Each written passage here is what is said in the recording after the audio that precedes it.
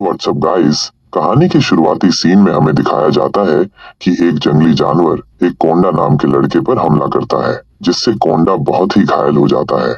ये सब देखकर उसका बाप मूसा, जिसका नाम था, वो भाला फेंकता है। भाला उस जंगली जानवर के जा लगता है। जैसे ही जंगली जानवर उस कोंडा नाम के लड़के को खाई के नीचे गिरा देता है। Thanks for watching world famous movie. Please subscribe world famous movie. दूसरे सीन में हमें दिखाया जाता है कि इस कबीले का सरदार मूसा था। अब ये कबीला ऐसी जगह पर आया हुआ था जहाँ पर 4 महीने इतनी ठंड पड़ती थी कि कोई भी इस कबीले से नहीं निकल सकता था। इसलिए अब इन्हें खाने की व्यवस्था करने के लिए शिकार पर जाना होगा। दोस्तों, हम दूसरे सीन में देखते हैं कि उसका बाप अब की बार कोंडा को भी साथ में लेकर चला जाएगा। दोस्तों, हम देखते हैं कि वो अपने पूर्वजों के उस स्तंभ तक पहुंच चुके थे कि ये सही दिशा में शिकार के लिए जा रहे हैं। दोस्तों, दूसरी ओर देखते हैं कि अब मूसा, हम देखते हैं कि मूसा के कुछ साथी भी उधर से आ रहे थे। दोस्तों, मूसा कोंडा को बोलता है कि तुम इसे मारो, लेकिन कोंडा हिचकिचा जाता है और मूसा बोलता है कि बेटा, जो भी कुछ करना चाहते हो तो तुम्हें आगे बढ़ना होगा। अब हम देखते हैं कि रात का समय हो चुका है और सभी लोग आग के बाजू में बैठे हैं। दोस्तों, मूसा को कुछ आवाज सुनाई देती है और लगता है कि कोई जंगली जानवर है, लेकिन अब उन्हें मायूस होना पड़ता है कि वहां पर कोई जंगली जानवर नहीं था। अब फिर से वो बैठ जाते हैं, लेकिन एक शेर आता है और उनके ही एक व्यक्ति को वहां से लेकर चला जाता है, जिससे मूसा बहुत ही दुखी होता है। दोस्तों, हम देखते हैं कि वे कुछ ऐसा पत्थर सा बनाते हैं जिसका मतलब था कि कोई मर चुका है। दोस्तों, वे लोग आगे की ओर बढ़ जाते हैं। दोस्तों, अब हम दूसरे सीन में देखते हैं कि रात का समय हो चुका है और सभी अपने एक गुफा में बैठे हैं। दोस्तों, कोंडा के हाथ पर उसका बाप मूसा था, वो एक निशान बनाता है जो कि एक मैप था, ताकि कभी कोंडा रास्ता भूल भी जाए तो अपने कबीले तक पहुंच पाए। दोस्तों, मूसा कोंडा को बताता है कि ये भेड़ियों का झुंड है और आप देख रहे हो कि एक भेड़िया जो सबसे ऊपर खड़ा है वो इनका सरदार है। और मूसा कोंडा से कहता है कि सरदार के ऊपर बहुत ही मुसीबत ज्यादा आती है, इसलिए अब तुम्हें भी आगे सरदार बनना है तो होशियार बनना होगा। अब हम देखते हैं आगे के सीन में, तो वही पहले वाला सीन दिखाया जाता है जिसमें वो लोग वहां पे शिकार करने के लिए पहुंचते हैं और एक जंगली जानवर उनके पीछे आता है और कोंडा को वो जंगली भैंसा खाई में गिरा देते हैं, जिससे ये सब देखकर उसका बाप मूसा भी उसके पीछे पीछे खाई में गिरने वाला था, लेकिन सभी लोग उसे रोक देते हैं।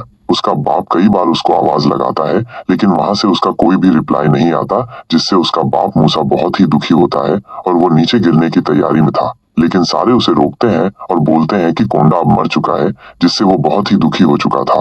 और सारे लोग समझाते हैं कि अब हमें कोई मतलब नहीं है नीचे जाने का। अब शाम तक वो वहीं पे मूसा बैठा रहता है और बहुत ही रो रहा था कि काश उसका बेटा वापस आ जाए, लेकिन अब ऐसा नहीं होने वाला था। इसीलिए वहीं अब निशान बना है, जो कि इनमें से कोई अगर मरता है तो उसकी याद में एक निशान बनाया जाता है।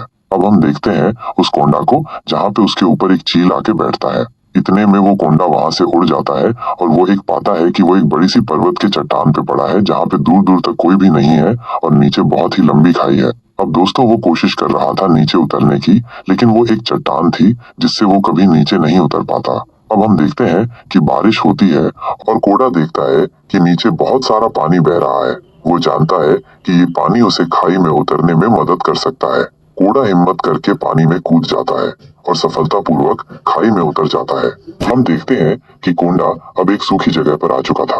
अब उसे बहुत ज्यादा प्यास लगी होती है। वो गंदा पानी बारिश का पीता है। वो वहां से निकलने की कोशिश करता है, लेकिन उसकी एक टांग टूट चुकी थी। इसीलिए वो लकड़ी से एक टांग को बांधता है और उसे बांध देता है। अब वो उस निशान को देखता है, जिससे वो समझ चुका है कि उसके कबीले वाले अब उसको मरा हुआ समझकर वहां से चले गए हैं, और वो उस निशान को बिखेर देता है। दोस्तों, ये सब आवाज सुनकर वो देखता है कि एक भेड़ियों का झुंड उसी तरफ आ रहा था। इसलिए वो अपने बचाव के लिए वो एक पेड़ पर चढ़ जाता है।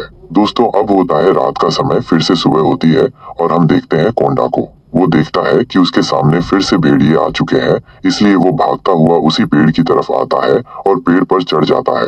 बड़ी बूटियां लाई और वो पानी पीता हुआ उसी भेड़िए को देखता है, जो कि मुंह से पट्टी खोलता हुआ उसकी तरफ ही देख रहा था। अब जो कुछ खाना बचा था और पानी बचा था, वो भेड़िए को पिलाता है और दोस्तों उसके घाव पर मरहम करता है। अब वो दोस्तों धीरे धीरे खरगोश का शिकार करता है और वो कुछ तो खाता है और कुछ कुत्ते को खिला देता है। अब होता है फिर से रात का समय और वो आग जला के उसी गुफा में बैठे होते हैं। अब दोस्तों दिन आगे बढ़ते जाते हैं और अब ठंड का टाइम आने वाला होता है। दोस्तों कोंडा उस भेड़िए को बहुत ही डांटता है और कहता है कि तुम यहाँ से चले जाओ, लेकिन भेड़िया अब वहाँ पे नहीं जा रहा था, उसका पीछा कर रहा था। कई बार समझाने के बावजूद भी भेड़िया उसका साथ नहीं छोड़ रहा था, उसके पीछे पीछे आ रहा था और अब भेड़िया उसकी लकड़ी को लेकर भी उसके साथ चल रहा था। और ये सब देखकर कोंडा बहुत ही हैरान हो जाता है और अब वो ये सब देखता है और अब वो ये सब देखता है और अब वो शिकार करने की सोचते हैं। कुत्ता जैसे तैसे करके शिकार को चालाकी से पास लाता है, लेकिन कोंडा उसका शिकार नहीं कर पाता। अब उसे उसी रात को उनको भूखा सोना पड़ता है। अब कुत्ता उसे शिकार करना सिखाता है कोंडा को और जैसे तैसे करके शिकार करते हैं और दोनों जैसे तैसे करके अब दिन निकाल रहे थे। अब दोस्तों हम देखते हैं कि सुबह का टाइम होता है और वो दोनों खूब मस्ती कर रहे थे और दोस्तों वो भेड़िया एक शिकार करता है मछली का और उस कोंडा को देता है और वो अब आगे बढ़ जाते हैं क्योंकि अब उन्हें अपने कबीले में भी वापस लौटना था। और अब दोस्तों ठंड का समय आ चुका था जहाँ बर्फ गिरती है। हम देखते हैं कि कुत्ता फिर से एक शिकार को लाता है और दोनों मिलकर उस शिकार को खाते हैं। रात हो जाती है और ठंड का समय था। हम फिर से देखते हैं कि अब भेड़ियों का झुंड आ चुका है जो कि उसी भेड़िए का साथी था। वो भेड़िए की तरफ देखता है जो कि उनके साथियों के पास जाना चाहता था। कोंडा उसे इजाजत दे देता है और भेड़िया वहां से चला जाता है। अगले दिन हमें दिखाया जाता है कि ठंड के कारण कई पशु मर चुके हैं। कुछ जंगली जानवर ये सब देखकर हैरान हो जाते हैं। वो आगे बढ़ रहा होता है लेकिन पानी में गिर जाता है। वो भेड़िया फिर से वापस वहां पर आ जाता है और उसको बचाने की कोशिश करता है। कोंडा के हाथ में एक चाकू था जिससे वो बर्फ को तोड़कर बाहर निकलने की कोशिश करता है और बाहर आ जाता है। दोस्तों आग जलाते हुए वो भेड़िए के साथ वहीं पर सो जाता है। अब होता है दूसरा दिन और वो भेड़िए के साथ आगे बढ़ता है तो देखता है कि एक आदमी वहां पर बैठा हुआ था एक झोपड़ी बनाकर, लेकिन वो दरअसल मर चुका था क्योंकि इतनी ठंड से वो मर गया था। दोस्तों आगे बढ़ता है तो वो देखता है कि वहां पर एक तूफान आता है और वो एक सुरंग में घुस जाते हैं। दोस्तों हम देखते हैं कि वहां पर एक शेर होता है जो कि कोंडा पर हमला करता है। भेड़िया बीच में आ जाता है और कोंडा को बचाता है। ये देखकर कोंडा तीर चलाता है और शेर को मार डालता है। भेड़िया बहुत जख्मी हो चुका था। कोंडा देखता है कि उसकी वफादारी काफी हद तक थी।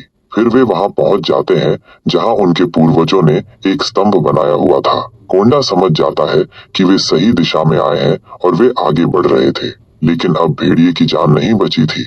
भेड़िया अब मरने ही वाला था। कोंडा उसे उठाकर अपनी गोदी में लेकर चल रहा था क्योंकि अब वो समझ चुका था कि वो अपने कबीले के नजदीक आ चुका है। एक रात कोंडा को एक सपना आया जिसमें उसने अपनी माँ को देखा। उसकी माँ ने उससे कहा कि उसे हार नहीं माननी चाहिए और अपने लक्ष्य को प्राप्त करने के लिए कड़ी मेहनत करनी चाहिए। कोंडा अगली सुबह उठा और उसमें नई ऊर्जा थी। वो अपने कबीले को खोजने के लिए दृढ़ था। उसने कई दिनों तक यात्रा की और अंत में उसे अपना कबीला दिखाई दिया। कोंडा अपने कबीले को देखकर बहुत खुश हुआ। वह दौड़कर अपने पिता के पास गया और उससे लिपट गया। कबीले के सभी लोग कोंडा को देखकर बहुत खुश हुए। उन्होंने कोंडा का स्वागत किया और उसे अपने घर ले गए। कोंडा ने अपने कबीले के साथ एक नया जीवन शुरू किया। ये कहानी यहीं पर समाप्त होती है। अगर आपको ये कहानी पसंद आई हो तो वर्ल्ड फेमस मूवी चैनल को सब्सक्राइब कर दीजिएगा। धन्यवाद।